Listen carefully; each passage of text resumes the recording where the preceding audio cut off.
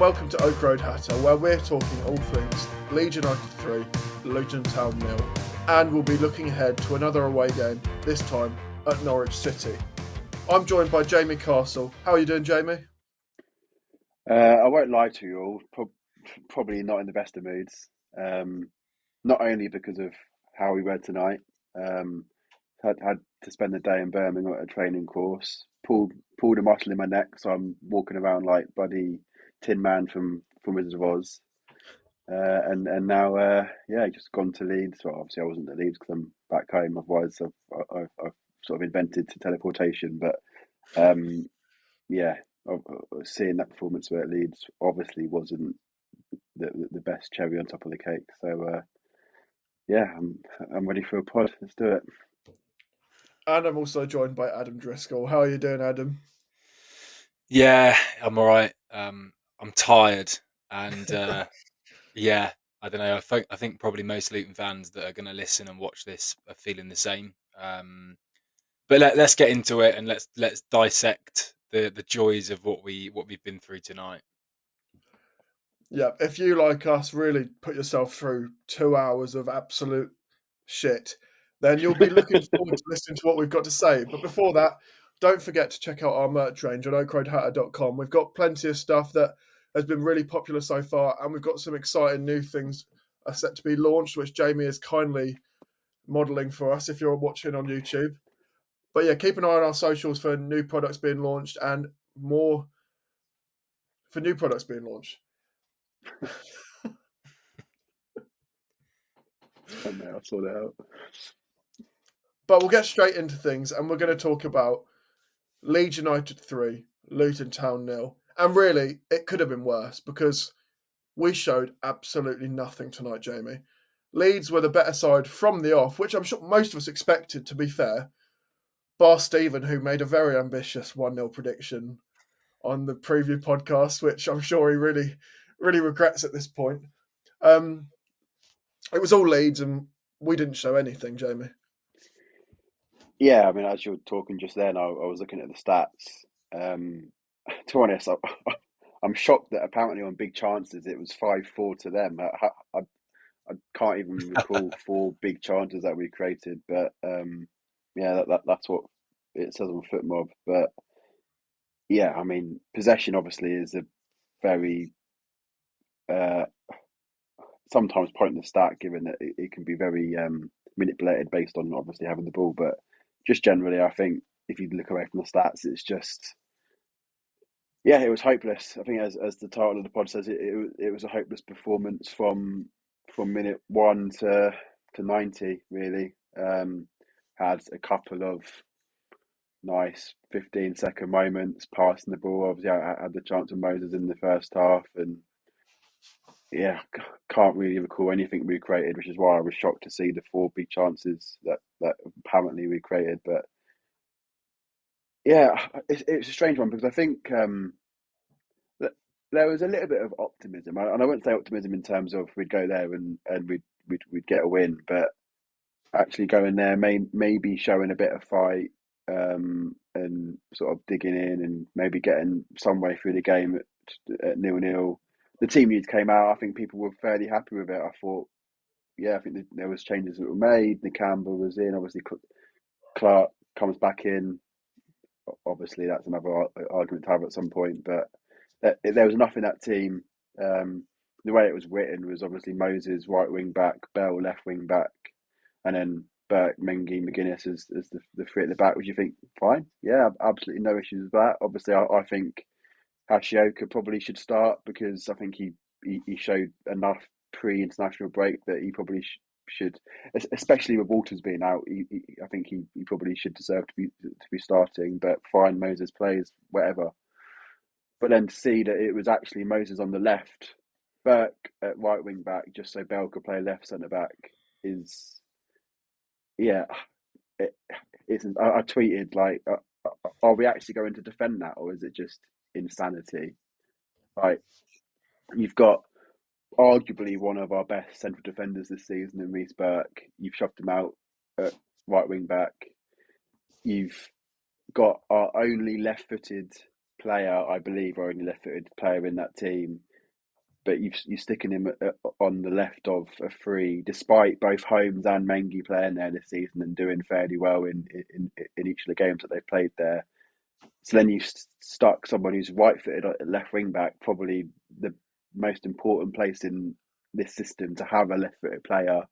You've seen how good Doughty is, but obviously he's a good player. But obviously it helps that he's left-footed as well.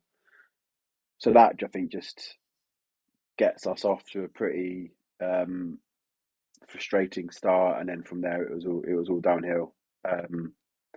So yeah, I don't really know how to feel the first half of the pod in terms of talking through the game. So good luck for him, because there wasn't an awful lot to talk through.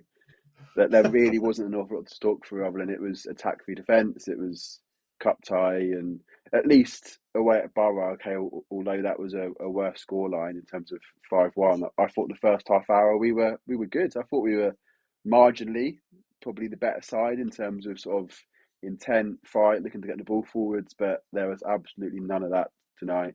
So yeah, there's probably little else to say. I mean, yeah, you've summed it up pretty well there, Jamie. There's not much to discuss in terms of anything positive from what we've just seen. You said they just about edged us in terms of big chances, but for anyone who did endure that right to the end, you would have seen that I think 3 of those 4 big chances came in the last 3 minutes, where Baptiste had one, a pretty good effort to be fair to him, saved, and then I think Eli maybe had another. I don't even remember who had the other chance, because it was just that bad watching that game. Yeah, I think we're going to have to talk about that defensive setup, because it's been something we've seen Edwards mess around with all season. The defensive lineup, with who's playing wing back, who's playing centre back, and it really was just baffling when you saw that the way they were lining up tonight, Adam. Yeah, it's just how do you explain what the setup is, like what the intention is? I can't, I don't understand it at all. I mean, Jamie's just hit the nail on the head. You know, Burke is probably one of probably, if arguably, our best centre half. That will be debatable, but he's certainly up there. He's playing right wing back. Moses is playing left wing back. Hash is on the bench. Bell's left centre half. Like, square pegs in round holes again. And you look at that team tonight, and pretty much everybody is now fully fit or available, and yet we're still having a situation where we've got players playing out of position. And it's insane. I think I could understand Hashioka being on the bench on Saturday, given he was away with Japan. There's absolutely no reason why he doesn't come in tonight, and you immediately rectify one of those issues in terms of being out of position. Yeah, it's just a bit ridiculous, and it just comes across again as, do the guys in charge know what they're doing? Because we question it as fans, and rightly so. You have to wonder as well whether players are seeing this lineup and they're being told, "Well, you're playing here tonight and you're playing there," and they're also wondering, like, what the hell are you asking me to do? And I think that is probably the case, because there's no, and we'll go. I don't know if we're going to go into the goals specifically, but there's just no accountability within anything at the club at the moment. Like, players on the pitch, no accountability individually. Accountability from Edwards. He's held his hand up a few times, but for me, too many times to admit he's got things wrong. I won't even go into the board, because that got backlash in the week when some people were critical of certain comments made, and you'll know what we're alluding to on that front. But for me, there's no accountability there as well, and certain people need to look closer to home in terms of their fuck ups, if I'm being brutally honest. So yeah, hugely disappointing, and the team news was the start of a a very, very strange and kind of disappointing evening. See, I think the thing is as well, if we bring it back purely to tactical setup, you can have a pretty educated, even debate on whether you do back 5 or back 4, or 3 in midfield or 2 in midfield, and Chong behind the strikers. You can have a debate about that, and I think that there's arguments on both sides. But when it's getting to the point where you're like, regardless of what Edwards wants to play, let him play 5 at the back, 3 in midfield, 2 up top. That's fine, but just put your best players in that system in their best position. Like, personally, I think with Doughty being out, he's our best wing back. No arguments about that. So if you lose your best wing back, I probably would shift to a 4 with Bell at left back, just because I think losing Doughty is that sort of like hurtful to our team in that system. But even away from that, fine. Edward sticks with the back 5, fine. That's what he wants to do. He's the manager. But then just put your best players in the best positions. Don't Yeah. put a centre back at wing back. And okay, you could argue, well, Bell's a centre back as well. Why are you going to put him at left wing back? Because he's a left back by trade, so like he can do that. But Reece Burke is a central defender. He's I'm pretty tall. He's almost as tall as me. He's a 6'5", 6'4" central defender. He's not a wing back. Mm. Like even Newcastle, right? There was obviously talk about Dan Burn. Is he a left back? Is he a left centre back? Even regardless of Dan Burn playing at left back, he has never played, as far as I can remember, at left wing back. That's just a completely different role. It's completely different. Left back Yeah. and left wing back is a completely different role. So again, Reece Burke in the back 4, fine. Put him right back. I remember he actually played that at home to Spurs, and he looked all right, because I think he was man marking Richarlison. And okay, we lost that game 1-0, but overall I thought Reece Burke at right back did all right, because his main attributes is defending, and he can do that at right back in a back 4. But at right wing back, there's so much reliance to get forwards, and if he doesn't get forward, then you've just lost that outlet on the right. You're then playing a midfield 3 that is fairly central, and you've got absolutely nothing out wide. So your wing backs tonight is a right-footed winger at left wing back, who the Leeds right back knows is always going to cut in onto his right foot, because that's the way he is inclined. Okay, Amari Bell could overlap onto the left, but fine. I think as a Leeds defensive setup, you'll let Amari Bell overlap on the left. That's fine. And then you've got Reece Burke on the right, who, okay, he got forward that one time and then just completely faffed a header when it went in behind. But other than that, he's offering no outlet on the right. So as the Leeds team, it's always going through that middle, because that's all you've got. All you've got is through the middle, because Moses wants to cut inside. You've got Reece Burke at wing back and centre half. So then all you've got is through the midfield with then 2 forwards. It's the easiest thing to defend against, and that is exactly why we were hopeless tonight. Because if I'm the Leeds defender, you probably could come on for half time thinking, is that it? Is this really a championship game? Because it's probably the easiest night of their definitely season, if not career, so far. Yeah, it was a lifeless performance from Luton all game. I think particularly that first half, though, because that first half was uninspiring, would be an understatement for what we watched in that first half. I don't think I have another word to describe it at the moment. But Jamie, we're going to have to talk about that first goal we conceded, because it was terrible, terrible defending. And we've criticised Edwards at times this season, but the players have got to take accountability sometimes. And that Yeah, first goal was yeah. all on the players, because not only was it Sam Byram, who I think they said on commentary has scored 14 senior goals ever, but he was given so much time to shoot first and then be able to shoot again on a ball as it dropped from the air. And you've mentioned it already this evening off the podcast, but that goal in particular was disappointing. And it's actually really ironic, because it's a right-footed left back who's cut inside and scored a goal, which I think is sort of yeah, just sums it all up. But you've let a fairly defensive.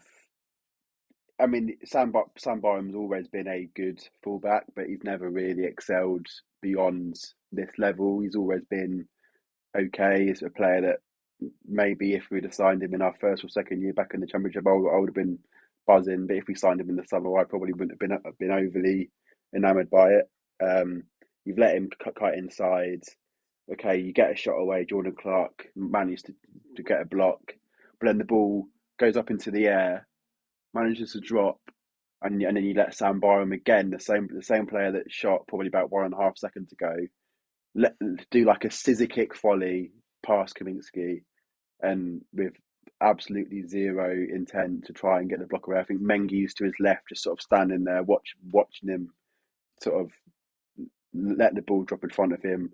Clark, to be fair, is probably already down because he just blocked it, and it's probably a bit hard for him to get up and reflex and get another block. But the players around him, yeah, zero effort at all, just to try and get a block in and try and prevent the goal.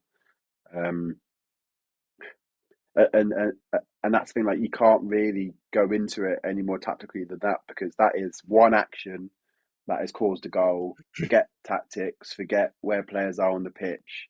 You've got players close enough to the person that's just scored that goal to be able to block that shot, and you just haven't done it. And that is the action that is completely gets us off to an awful start. And then from there, I mean, I think it's been spoken about a lot in terms of the way we react to setbacks, and clearly our reaction at the minute to sort of going down is again pretty lifeless. So you go 1-0 down inside, what was it? Was it 7 or 8 minutes? I think it was. So you go 1-0 down inside 10 minutes, and you always have hope that maybe it's changed, maybe we can come back, but the game's dead. Really, let's be honest. At 1-0, the game's dead.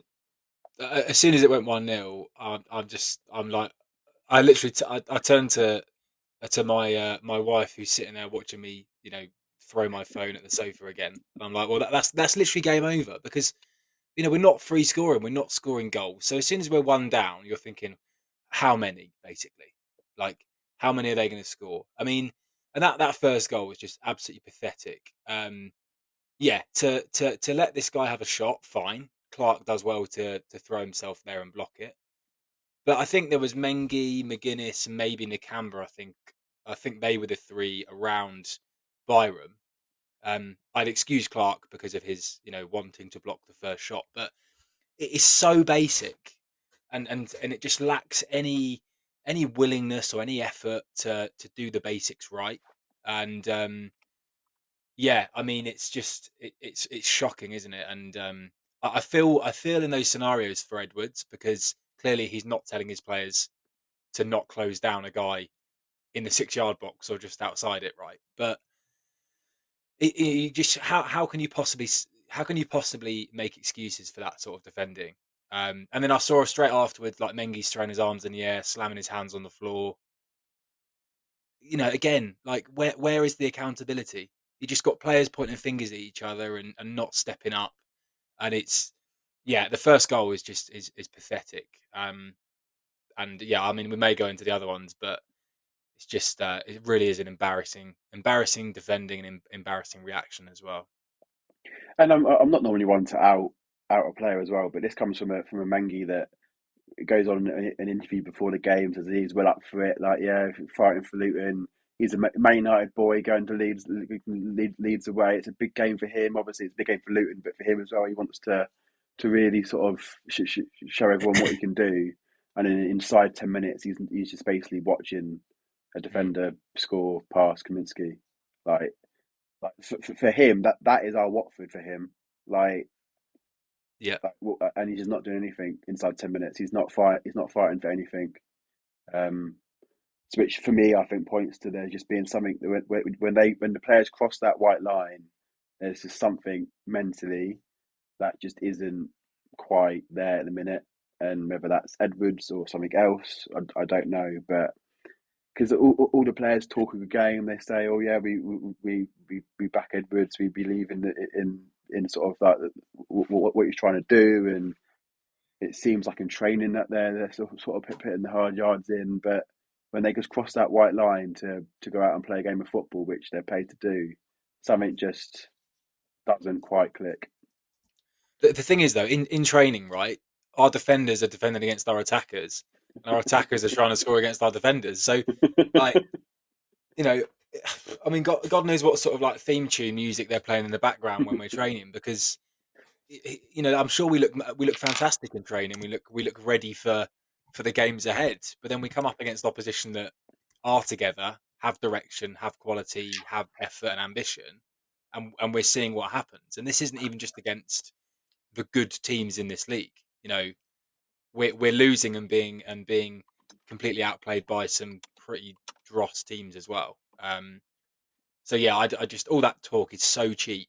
I'm really starting to get on my nerves now in terms of, McGuinness came out in the week. I like McGuinness, but he came out and said we're ready for the winter fight.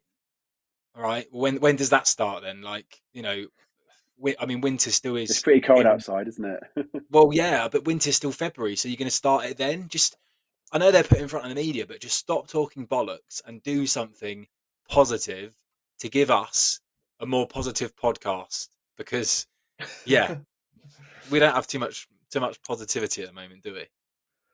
No, and it raises questions over a lot of things. I've thought three just while we've been sat here. What is it Luton are lacking? Are they lacking leaders? Are they lacking fight? Are they lacking spines? Are they lacking all three? I think so. Jamie said in regards to Adam's comment there about the defenders are training against our attackers and our attackers are playing against our defenders. Is it 5-5 or is it 0-0? I mean, it could quite comfortably be either, Yeah, and I wouldn't tell you. I couldn't tell you where any of the goals are coming from. yeah. Potentially just 5 own goals. And Benny Hill was the theme tune I was trying to think of as I was saying it. So yeah, there's definitely that music going on in training. And Jamie, you've mentioned on social media this evening about Edwards obviously staying in a job because of recent results, but you mentioned who those results were against, and I think it raises a lot of questions over not only what the ambitions of Luton Town are, but why they're accepting such mediocrity or below mediocrity. Yeah. So I guess the tweet you're alluding to is I basically just said that regardless of what side of the debate you're on, Edwards in or Edwards out, and I think week by week, I think people's opinions are turning more towards out. But like, regardless of that debate that you want to get a part of, the currently now the only reason Edwards is still in the job is the 1-0 home wins to Cardiff and Hull. Hull being 22nd, who've just sacked Tim Walter when they lost at home to Sheffield Wednesday straight away after they lost away at Luton, and then Cardiff who were 21st and also pretty goddamn dire. One of the worst teams I've seen at Kenilworth Road all season. So if he loses either one of those, he's probably gone, because if he had lost to Cardiff and then lost like he did to Borough, there isn't really an excuse, because you're only really then looking at the Watford game as to why Edwards is doing the job. Like they're I mean, if had he kept his job after that, after if he'd lost to Cardiff, then that's pretty tough to excuse the board of.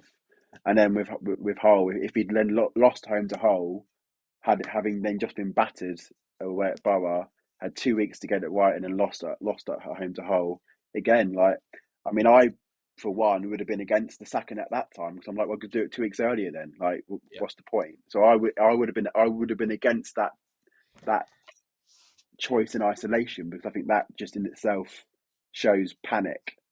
But he's ultimately in a job still because of those two results, and I think that for a fact, regardless of whether you're in or out, is completely uninspiring, because we've just come again. I don't want to delve too much into it, and I don't know who from the club, if any, watches the podcast. But when Gary Sweet comes out during the week and says that the culture of the club has been attacked, like, it's just it's hard to take, because I don't know whether he's aiming that at people behind the scenes, other clubs, whether it be the media, whether he thinks it's fan podcast, whether he thinks it's just found on social media. I don't know who he's aiming that at. But if he's trying to counterattack, like, our opinions on the way our club is performing this season, putting in performances like they did tonight. Like, I mean, I wasn't there at Hull, but by all accounts, we weren't great. Like, okay, we no, won, but we weren't great. Watch Borough away. We were, again, okay. First half hour, okay. Other than that, we just collapsed. Cardiff at home, poor. Like, we were poor. Cardiff were the worst team, as I said, to come to us all season. Like, if you're trying to take the limelight, or sorry, to take the attention off Edwards by saying that, then, well, quite obviously you've done it, because I think it's a very interesting statement to make. And yeah, I don't know. I'm at a bit of a loss really because we're all trying to. I mean, again, like I think as a podcast, can't speak on behalf of other podcasts. I think we are authentic. I think we're true to our opinions. We would never say anything on this podcast that we wouldn't say directly to Gary's face or anyone else on the board or Edwards himself. Because that's not us. We're not clickbaity. We have our opinions that I believe are well founded, well formed. I feel like we're fairly intellectual guys that understands the game a little bit. Like we okay, none of us have played football in our lives, not at any decent standards. So of course there is context that quite clearly we don't understand. But I've been going 23 years. Adam, you're a bit older than me, and have been going for just as long as me. Finn, a bit younger than me, and the same. Like we've been going long enough now. We've probably got the best part of 80 years between us, or 70 years of football watching experience between us across 5 different tiers of football. So I'm pretty sure we have a decent idea of what is a good football team and what is a bad football team. And right now, it is safe to say that we are a pretty bad football team. I mean, there's a lot has been said about performances over the last 2 games. Jamie, you're actually lucky you missed that whole game because it was really, really poor. Me and Adam discussed it in the last pod, but I mean, when you look at what's changed at Luton and what Gary Sweet said in terms of the culture coming under attack, the culture seems to have disappeared quite a long time ago. We were a team and a club that was hard to beat, that was really tight, that was always as one, but that's gone out the window because now we are so easy to beat and we're soft, and it's really hard to watch. I mean, that was tough to watch against Hull on Saturday, but tonight was another level of tough to watch because there was no fight at all. I don't know if you wanted to touch on any of the other goals that Leeds scored, because they could have scored 5, they could have scored 6, because even after we went 1-0 down, there wasn't even an intent to go forwards. It was just sit back and just try to stop them scoring again, Adam.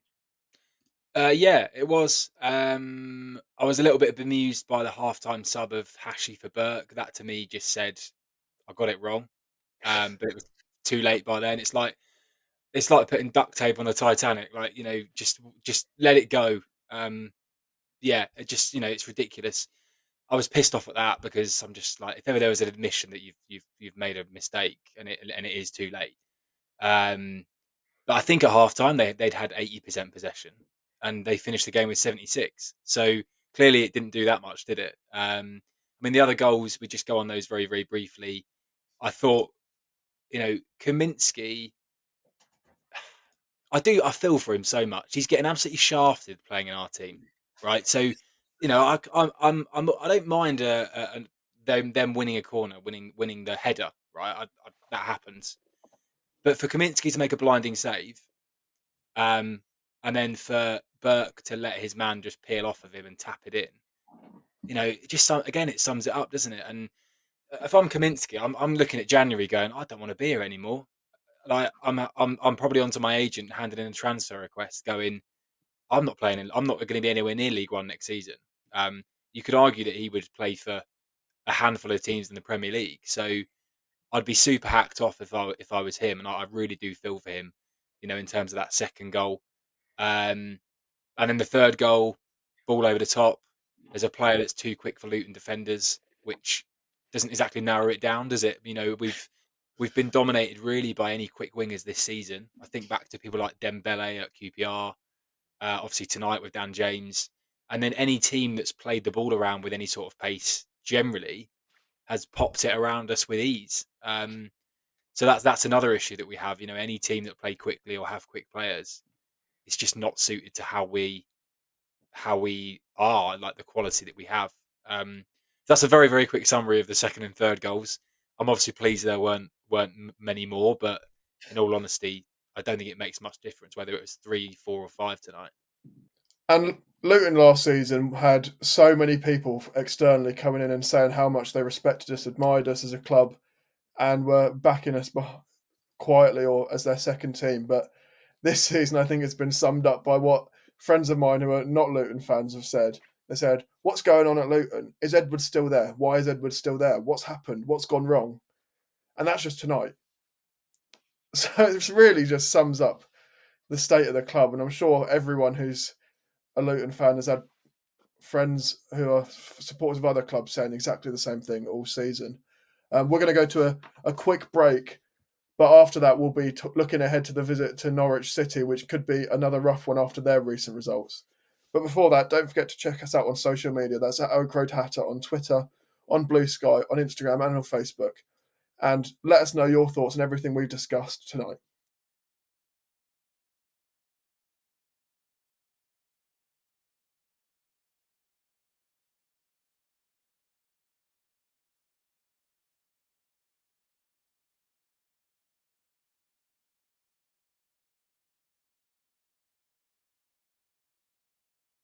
Welcome back to Oak Road Hatter, where I'm still joined by Jamie and Adam. And now we're looking ahead to the trip to Carrow Road. And it's a Norwich side that were in pretty questionable form over the last few games until they came up against Wayne Rooney's Plymouth Argyle. And in their most recent game on Tuesday night, they won 6-1 with probably or arguably one of the top 3 players in the division scoring a hat-trick, and that's Borja Sainz. How concerning is it coming up against a side in that kind of form, Jamie?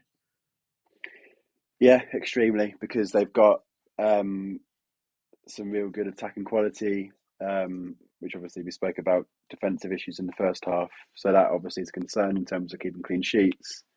I do think their defence, as much as on paper, I feel like they've got some really solid defenders. They seem to be leaking a few goals, but I guess feel like if it does get into a game, or if he can score more goals than another, then I think Borja Science alone will probably win that game. Yeah, he's sort of scored 14 goals in 17 games, I think it is. Adam alluded to fast, exciting wingers in the first half being, I guess, something that is a massive hamstring for us to get over. And while we've got one of the best in the league coming up on Saturday, so yeah, don't want to be too down about it, because obviously tonight's happened and we go into Norwich and it's a different game. And as you say, Finn, they did show some pretty severe inconsistency, and like the results that they got weren't. It wasn't as if they faced all the big teams in a row and lost. They sort of went to Cardiff and Sheffield Wednesday and lost both, and yeah, like they've lost against some of the weaker teams in the league. So yeah, that does give a bit of hope. But obviously, yeah, they beat Plymouth 6-1, who are again one of the weaker teams in the league, a team that we're probably more like now than sort of the stronger teams in the league. So tough game, as most are, even tougher on our form against their attacking players. Yeah, it's going to be an interesting game. Yeah, it's going to be tough. I mentioned in the pre-Leeds pod that like there was only 2 teams that had conceded more than us, and that Leeds had scored the most in the league, and like the recipe that was going to potentially throw up. Well, if you look at Saturday coming, Leeds have scored the same as, oh sorry, Norwich have scored the same as Leeds now, 31, and there's only one team that have conceded more goals than we have, which is Plymouth. So again, I'm not liking the way this is the way this is shaping up, and particularly our inability to defend against a player with an ounce of pace. You know, they do have some good players, don't they? And even they're even missing a few. I think. What's the curly haired guy up front? Sergeant. Yeah, I'm not even sure he's about at the moment. So it's like they've still clearly got talent, even when you've got quality players like that missing. So yeah, it could be another one to watch from behind the sofa, and hope that players can start to roll their sleeves up, because that's really the only hope that we do have. Yeah, we've questioned the fight of players this season, and we're going to need the fight at Norwich because they are a team that like to play high tempo football under Johannes Hopthorpe, who's their exciting Scandinavian manager, and he's very popular with the Norwich fans. If you've heard any of their comments on other podcasts or just on social media generally, they're really excited about what he can give them. And unfortunately, at the moment under Edwards, it seems to be the opposite to what he's giving Luton fans, because it's certainly no excitement for what Luton and Edwards are producing compared to that Norwich side. And I would argue that aside from the recent run of poor results, Norwich their league position is definitely not where they should be in terms of how they've been performing. and being without Marcelino Nunes and Josh Sargent, you would hope gives us a good chance. But I can't say I'm confident going into this one, Jamie. What changes do you think Edwards will make to that Luton side? Well, hopefully he'll put players in their right positions and doesn't put Burke at right wing back again. He's obviously done that now for 2 games in a row, and yeah, it's not worked either at home to Hull or away at Leeds. And the fact that he made that change at half time hopefully means that he's got it now and he won't do it again. Which, if he does, by the way, then yeah, that's the definition of insanity right there. So yeah, Hashioka has to come in at wing back. For me, you have to put Bell at left wing back. You have to put what is now our only fit left-footed player, other than Joe Johnson, of course. But let's talk about like first team squad here. Like, you need to put that player at left wing back. Otherwise, you're going to have no outlet out wide on that left. So just a defensive reshape, really. In the midfield, I think Kraus has to start because he's one of the few shining lights in that side this season. Up top, Morris and Brown didn't show an awful lot, but to be fair to them, it was a hard game to show a lot in. So is that a bit? Yeah, is that a bit of a write off? Chong was on the bench. Do you bring Chong back in? I don't. Yeah, I think we could go into a lot of detail in terms of the midfield and the attack, but I just think that as a foundation, please just be sensible with that back five. If you want to stick with back five, fine. You can argue either way, but just put the right players in the right position. That's the minimum I expect. Like, I don't mind disagreeing with a manager on a tactical setup because I think that 4 at the back's better or 5 at the back's better, or I think we need to be going more direct or less direct. Like that is ultimately just football and that's opinions. But I think it's beyond opinions and now fact if you're doing that element of square pegs round holes like you did tonight. So that is my sort of minimum expectation on Saturday. Yeah, hopefully we'll certainly see something different in that defence at least. Adam, do you think the midfield needs changing around? We saw Clark come back in tonight, but obviously we had none on the ball, so who knows if the midfield would have been effective. Yeah, it's a fair point actually. I think I said in one of our chats like pre tonight that I thought it was a big risk bringing in Clark and getting rid of Baptiste for that game where you're not going to have as much possession. Maybe I didn't quite expect the whole 80-20, but yeah, I think I'd be looking again at Norwich away, thinking right, let's try and be structured and solid and see if we can get a point. That is essentially where we are this season. Love it or like it or not, and it's just where we are. So I do agree with Jamie on all of those defensive points, and I think 99% of our fan base would also agree, apart from the few oddballs that we do have. But midfield wise, I'd be bringing Clark out and putting Baptiste back in, but I know he won't do it because Jordan Clark is a favourite, and he has been playing better of late. But again, if you're going into a game like that thinking let's try and get something, make yourself as stable as possible and get Baptiste back in that midfield. If anything, for a bit of physicality as well. So that's the change I'd be making in midfield. Front two, yeah, do it. You can do what you want with the front two. If you're not going to give them supply, then you can pick two and just run them into the ground and ask them to do the donkey work. But for me, it would always hopefully be Eli and Morris as that partnership. And Jamie, you just mentioned there, at least Nakamba's well rested. That's the Nakamba that's just come back from playing back-to-back 90 minutes for Zimbabwe and then played 90 minutes in the last game and then almost a full game tonight, but he'll definitely still start. Yeah, I mean, I think there was a stat in the week from Luton News in terms of his performances or our results, sorry, with and without Nakamba, and they read very much like Rodri at City in terms of when Rodri's playing, they're well beaters. Not that we were not that we were well beaters, but it's very much that seems like that much of a sort of comparison. So yeah, I think Nakamba has to start, especially as it seems like we've gone back to that sort of one sitting midfielder and 2 eights.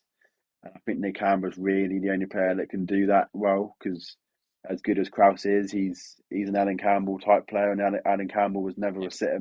He was a workhorse from a more advanced position. So Krause can't do it. I think Clark has done it so far, but I think to varying degrees of success. Walsh, if you're really struggling, probably can do a shift, but again, he probably isn't ideal. Baptiste is an 8, probably in older age. He's probably getting a bit better there in terms of a more sort of deeper position in terms of his vision on the pitch and his ability with the pass. But in the canvas, really is our only out and out holding midfielder. Which again, not to bring up, I guess old records now, but again, it shows the imbalance in the squad when our only real out and out left wing back is Alfie Doughty. I know our only out and out holding midfielder was Marvis Nakamba, one of which now is now injured, and one of which has been injured for a long time and is now back. So I think that just points some serious flaws into squad building. Do you think it says anything, Adam, that we've seen the start of the season? We saw Zach Nelson featuring very regularly and impressing on a number of occasions, but the last 5 games we've really not seen him at all. Yeah, we haven't seen anything of him, have we? I know that's obviously in line with first team players getting back to fitness and our bench looking a lot stronger. But I think to me it just all it does is just exploit how unprepared we were at the start of the season. And I'm not going to go back to the transfer window because I could do it on every single podcast and we'd lose viewers every week. But we were massively underprepared. The fact we were playing him and Johnson in week 1 just said it all, didn't it? And then now they're nowhere near the squad because we've got players that we were just waiting out, hoping they'd get back fit. So yeah, that's I don't think we're going to see much of Nelson and Johnson. Probably certainly this side of Christmas, but maybe not too much more this season. But it does get to the point where you think, well, actually, they might put more of an effort and run around a bit more than some of these apparent good players we have that whether they're looking for a move or they've decided they've had enough. There may come a time where we're back calling for those youngsters because they won't be any worse than some of the ones we've got now. Jamie, do you think there are players in that squad who'd be looking for a move away in January?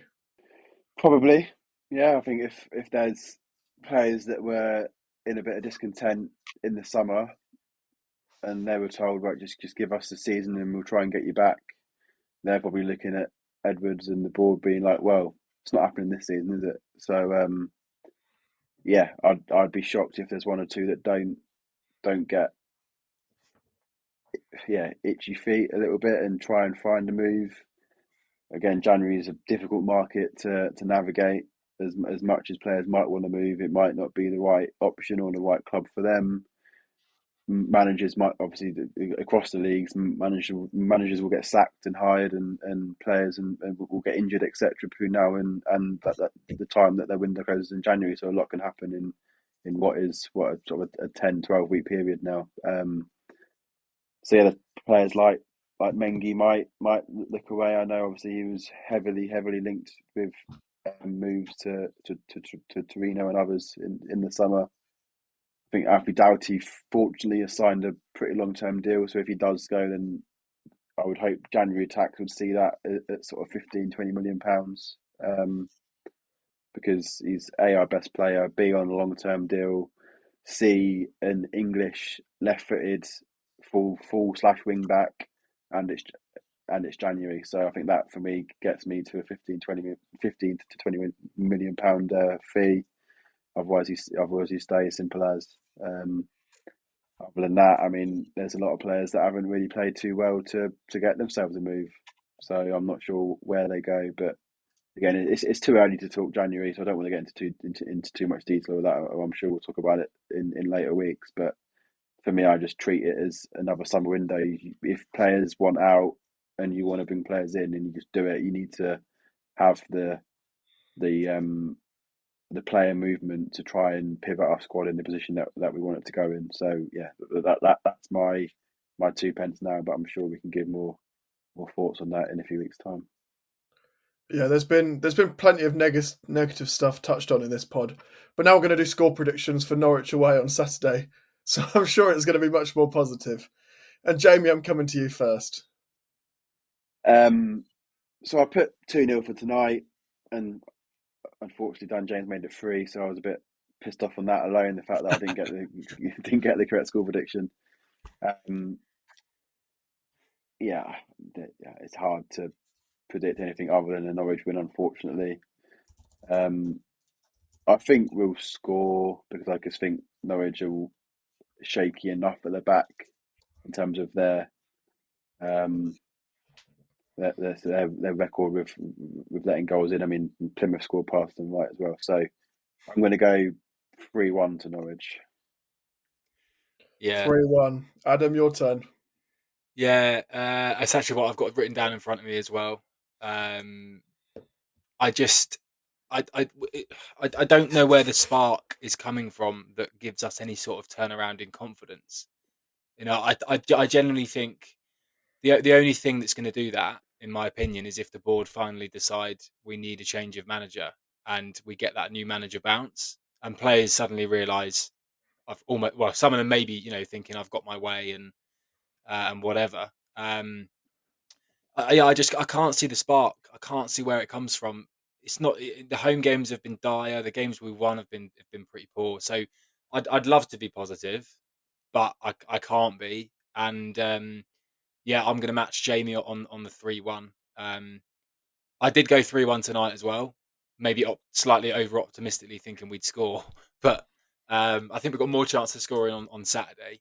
But I do think we've got again chance of conceding a fair few, so I'll go for a 3-1 defeat.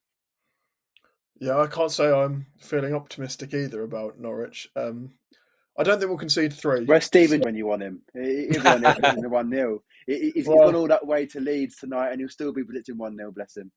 Yeah. Well, he's gone all the way to Leeds to then get stuck in traffic on the way home, so I'm sure he's really enjoying that journey. Yeah, I can't be optimistic about this one either, but I don't think we're going to concede 3. I think it's going to be 2-0, so I also don't think we're going to score, unfortunately. I think it's a 2-0 defeat for Luton coming in this one, and I think that is probably the most negative prediction I've done all season.